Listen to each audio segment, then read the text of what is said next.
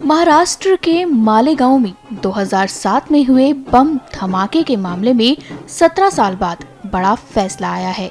मुंबई की एक विशेष अदालत ने कहा कि साध्वी प्रज्ञा सिंह ठाकुर, लेफ्टिनेंट कर्नल पुरोहित समेत सभी आरोपियों के खिलाफ कोई सबूत नहीं मिले हैं। वहीं अब प्रज्ञा सिंह ठाकुर अपने भोपाल स्थित घर पहुंची हैं, जहां उनके परिवार ने उनका जोरदार स्वागत किया है। वहीं उनकी खुशी भी साफ झलक रही है। सुनिए उन्होंने खुद क्या क्या कहा। मुझसे बहुत बड़े बड़े लोगों के नाम जबरदस्ती बोलने के लिए कहा उन्होंने। मैंने वो नाम नहीं बोले, उनके अनुसार मैंने काम नहीं किया, इसलिए उन्होंने मुझे प्रताड़ित किया। और उन नामों में विशेष तौर पर माननीय भागवत जी का नाम, राम माधव जी का नाम, हमारे माननीय मोदी जी का नाम, योगी जी का नाम, माननीय इंद्रेश जी का नाम और तमाम वो नेता जो बड़े बड़े नेता हैं उन लोगों के नाम लेने के लिए कहा कि उन्होंने कहा और हमने ऐसा किया, ये बोलो। मैंने उनकी बात को नहीं सुना और न ही माना, इसलिए उन्होंने मुझे प्रताड़ित किया।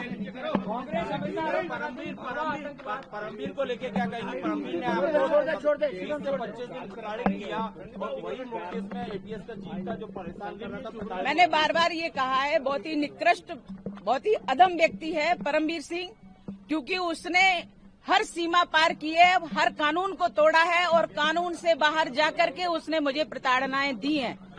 अकेले परमवीर सिंह ने नहीं, पूरे एटीएस के अधिकारियों ने प्रताड़ित किया है, पुरुषों ने प्रताड़ित किया है, हर कानून को तोड़ा है। उन्होंने मुझे गैर कानूनी 13 दिन तक रखा और 11 दिन की कस्टडी। इस प्रकार से मैं 24 दिनों तक पुलिस कस्टडी में रही और प्रताड़नाएं झेलती रही एटीएस की।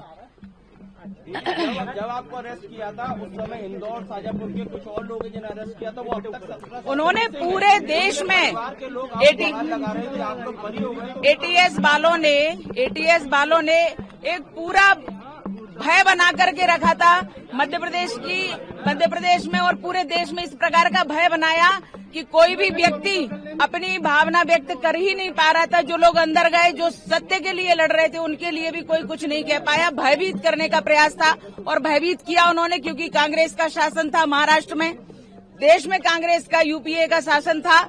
इसलिए उन्होंने पूरी एजेंसियों का, जो सरकारी एजेंसी है, सबका दुरुपयोग किया और उनको भ्रष्ट बनाया।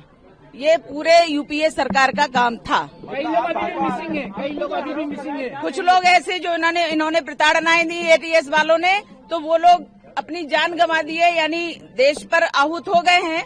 लेकिन उनकी पत्नी को आज पता नहीं है कि उनकी डेड बॉडी कहाँ है, वो कहाँ है। उनकी पत्नी कहती है, मैं सदवा हूँ या विधवा हूँ, मुझे कहिए जज साहब, बताइए मुझे।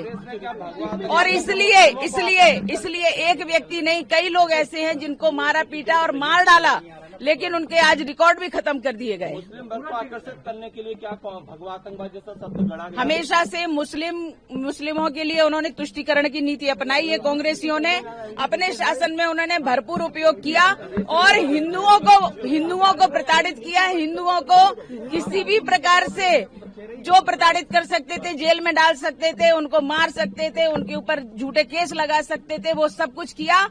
और देश के तो छोड़ो, भगवा को आतंकवाद कह दिया, हिंदुत्व को आतंकवाद कह दिया। ऐसी निकृष्टता, इतने निम्न स्तर की सोच कांग्रेस रखती है और कांग्रेस ने ये कुचक्र रचा और ये देशद्रोहिता में आता है।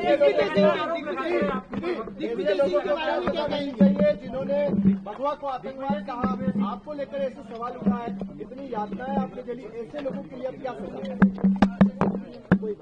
जो लोग इस प्रकार के षड्यंत्र किए, देश के विरुद्ध, धर्म के विरुद्ध, हिंदुत्व के विरुद्ध,